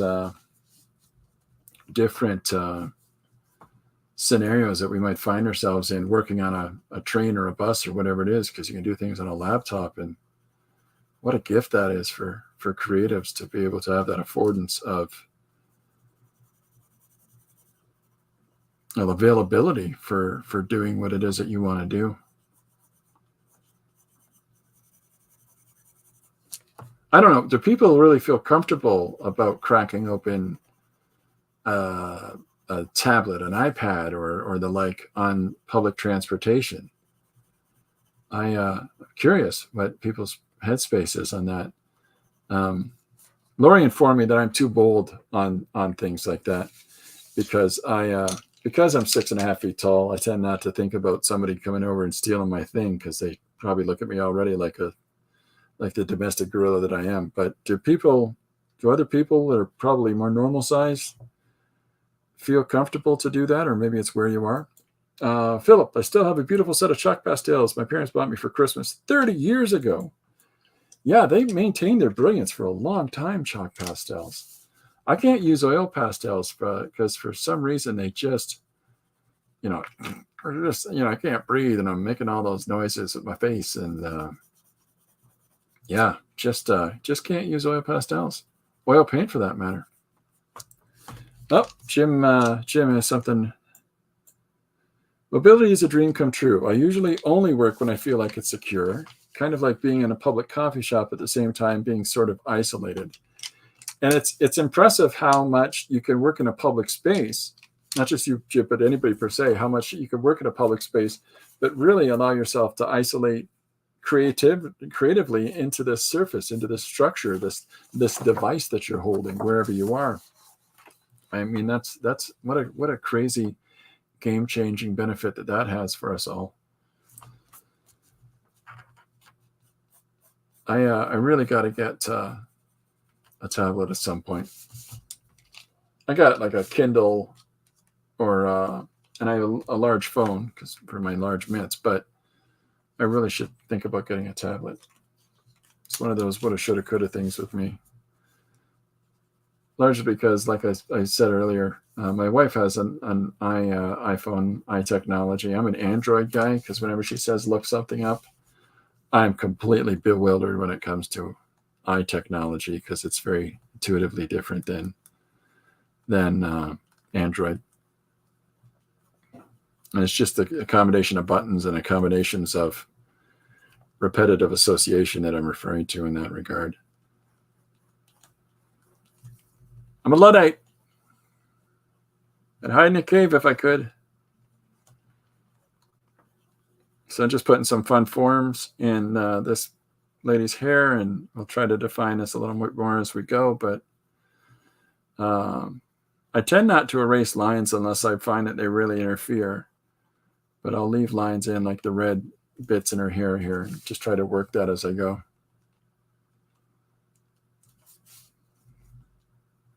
With whatever medium that we're using, you're going to find different applications to it than you would from the one you just used before that. 7, you're doing a lot of portrait work of characters sourcing actual people for your work. That's great. Philip, I used to love working in coffee shops when they let you stay and work for a couple of hours. Yeah, I guess a lot of coffee shops, if you're not going to buy another drink, you got to go. I could understand that, especially if they have a limited accommodation of space and a large turnover. There was a place in London downtown when I was in high school called the Chinese Cafe. It was this little restaurant down in the basement below street level on Dundas Street, below the movie theaters. And we really liked going there. It was a fun atmosphere, and we liked to go in and order the food. But she was so used to like a bunch of the kids downtown coming in and just lingering, or 6 kids sharing a large French fry, that she'd always shout at any young people that came in, buy something or get out. Despite that, we'd still go. Punk rock days, man. Punk rock days.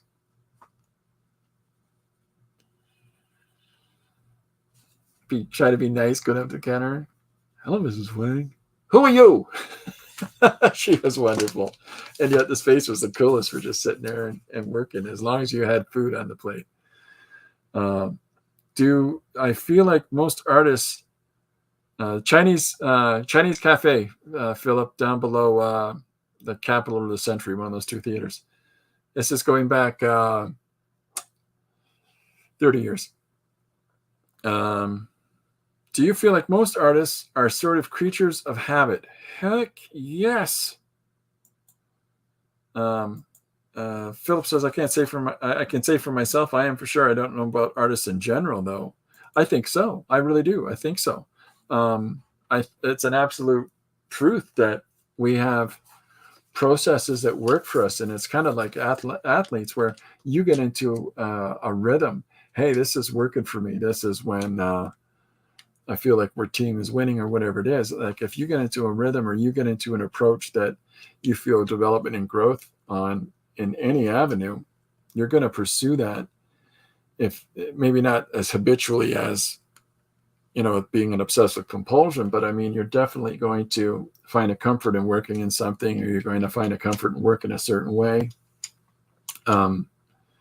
Yeah, artists are incredibly habit forming, I would argue that, and depending on how much we isolate that conformity, how much we lockstep ourselves into, well, I can only really work in this kind of environment. I only really work with this specific material. That changes the game a lot more, because I find that those people become even more habitual, that this is how they have to go about it. I think my approach is almost like I'm objectively trying to keep myself from that at all times, to the point that maybe I'm a little too far into my variation, that I really lean hard into trying different things in different ways. Philip says, and yet aren't we supposed to be experimental and open to change? Sure, but at the same time, structure has to be there somewhere. This is I was saying that you could play with anything on any level and go nuts, and throw caution to the wind and throw whatever at the wall and see what sticks. But at the same time, it does help you to have an underpinning of some level of foundation, some level of understanding about the processes that you're utilizing, and what it is that you're doing. You got to try those different things. 7 says that they love mixed media when they get their hands on it. And what was that before 7? I'm sorry. Oh, you like the Tom Cruise page? Yeah, Tom Cruise opening a jar of peanut butter. That was your suggestion, 7. Thanks for it. That was a lot of fun. Jim says, I think I kind of love being a creature of habit. Makes life more simple. Thing is, got to make sure the habits are good. Well, yeah, of course. It's the moderation principle. Yeah, definitely so. And it's if you have a routine or a schedule or some kind of structure that allows you to process the living world, and what I mean by that is your day-to-day, that enables you to then, from that point forward, go off and pursue those creative avenues. Man, does that ever help out? But when we spend too much time in one or the other, I think that's where you'll see things aren't sticking. Things aren't working out. Things are your work is getting static, or you're feeling hemmed in life, and all of those little trippy, heady things that creative types do that most people don't have to contend with. So, yeah, habit is incredibly important, but it's hard to maintain a regularity of that with how varying life can be, I think. So, but if you're able to do it, do it. Allow yourself that, for sure. Unfetters you. Christopher likes to use, 7 likes to use mixed media when they get their hands on it, when they draw. Yes, excellent. And good habits are good too. I could only work when I'm high is never understood that. And maybe that's the case, man. Maybe somebody needs to get lit to do whatever they're doing. That's whatever. That's fine. I've just never understood it, because I think that that's the sort of thing I talk about when I mean that's so pattern forming that I got to get this done, but I can't do it because I don't have any booze or dope. I mean, that's on nobody but the person that has defined himself in that regard. That's and if as creatives we're doing things with the expectation of marketing them in those worlds, or doing those jobs that have to meet those timetables and due dates, can't rely on weed for that. At the same time, weed is very liberating for people that use it. So everything in moderation. Same for jelly beans.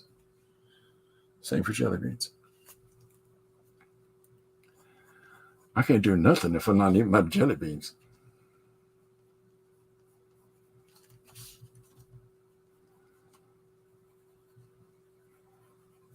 I think that unlike how I work mixed media, or how I work with pen or marker, I would argue that as far as I can tell, I am a lot slower. This is all I've got done today in the 2 hours that the stream has been going on, compared to other previous streams this week where that's it, the pages, there we are. So thanks for bearing with me, folks. What have I missed here? Phil says he used to come up with some weird stuff when he'd draw on pot. Can't say exactly. I can't say it was exactly creative, though. You never know. One of the squarest people I've ever known in my life. And when I say square, I mean he's like just a really uptight guy. Really laid back, doesn't tend to leave the bounds of conformity. He went with friends to an event where it was like one of these big outdoor music festival events where everybody's going camping and all that.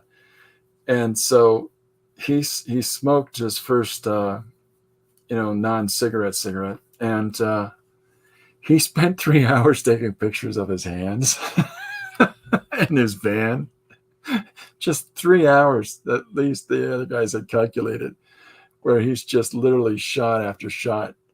Just, wow, man. And using all the different pre-supplied filters and the like in his phone. And honestly, man, that's the most creative output that guy has ever done. And I think it's awesome. I think that something like that, to allow a dude to break loose like that, that's great. And it's funny too, as he's trying to show you what he's done and tell you about this process. It's all you can do not to smile. You're like, okay, man, there's a lot of pictures of your hands. But for him, that worked, like for him, that came together. So it's kind of cool in that, right? Yeah, I've got no contextual framework for this right now at this point in the image, so we'll get to that. What's 7's a square? So what? That's nothing wrong with that, man. First time Philip got high, he kept looking at his hand. No drugs or alcohol, maybe coffee or caffeine. I don't actually drink or smoke, but I'm type 1 diabetic, so I can't really drink alcohol without, I'm a, what's it called? A fragile or brittle diabetic. So that's why I have to limit these things really to an hour and a half or 2 hours, is because I really have to keep on top of my blood sugar. So as much fun as I'm having right now, and I'm having a ball, and I really appreciate everybody that's come out today, I got to wrap it up. Yeah, this has been great. I'll keep squiggly doing on this thing tonight or this afternoon or whatever time o'clock it is, and get text on it and the like, and post it for tomorrow. Anybody that's interested in seeing how yesterday's stream went, I drew in marker, and see that? I took it off like a movie star. Anyways, this was yesterday's drawing, and then we went into Photoshop and we put together as a page. This is our fourth page comic, one-page comic this week, and then we also did a painting of Hot Sexy, Jeffrey Bezos. So it's been a fun week. But I'll get this finished up and posted onto Instagram and Facebook. And this comic page is based on the suggestion that somebody gave me of why don't they leave us alone? And so that's where the start was. And this is where I'm going. And I'm working just in pencil crayon. That's the variation of pencil crayons that I've been using. I don't know if that matters to anybody or not, but that's it. That's the whole range of them. You don't need 64 pencil sets in order to draw in pencil crayon. You really don't. Thanks, Philip. That's very nice of you. Your comments there, I appreciate that, and I appreciate and thank you, Seven, as well. I appreciate everybody tuning in. If anybody has any one-page comic suggestions, 1 or 2 lines of like, why don't they just leave us alone? Seven suggested yesterday Tom Cruise opening a jar of peanut butter. That's the comic page I posted earlier. I've done a page with Boys Will Be Boys. I've done a page with, what was the other one? I'm trying to think. Just give me a second. I'm so sorry. Bad Guys. Am I right? That was the suggestion for Wednesday's page. So it could be a simple sentence. It could be 2 lines. But please don't send me a paragraph or whatever. I don't want to draw a script. It's the whole process of 1-page comics. And I suggest this for yourself. And if you have people in your world that can do this with you, suggest to each other a really simple thing, really simple idea, and go for it, and just explore the avenue that affords your creativity and pushes you to do new things and pushes you to try to figure out a way to explain an idea, and play with that. That's a lot of fun. But I think I'm going to wrap it up. Thanks very much for everybody that came out. I really, truly appreciate it. If you've got a suggestion, put it in the comments. If you've got stuff that you're working on and stuff that you want to tell other people about, put it in my comments. I love that. That's fun. I'm completely cool with that. Yeah, keep creating, folks. I'll be back Monday at 2 for sure. I'll probably try to stop in at some point this weekend as well. And yeah, have a good weekend. Keep creating, everybody. Cheers. Oh, hey, cheers. Look at that. That's Canadian goodbye. Cheers, everybody. Take care.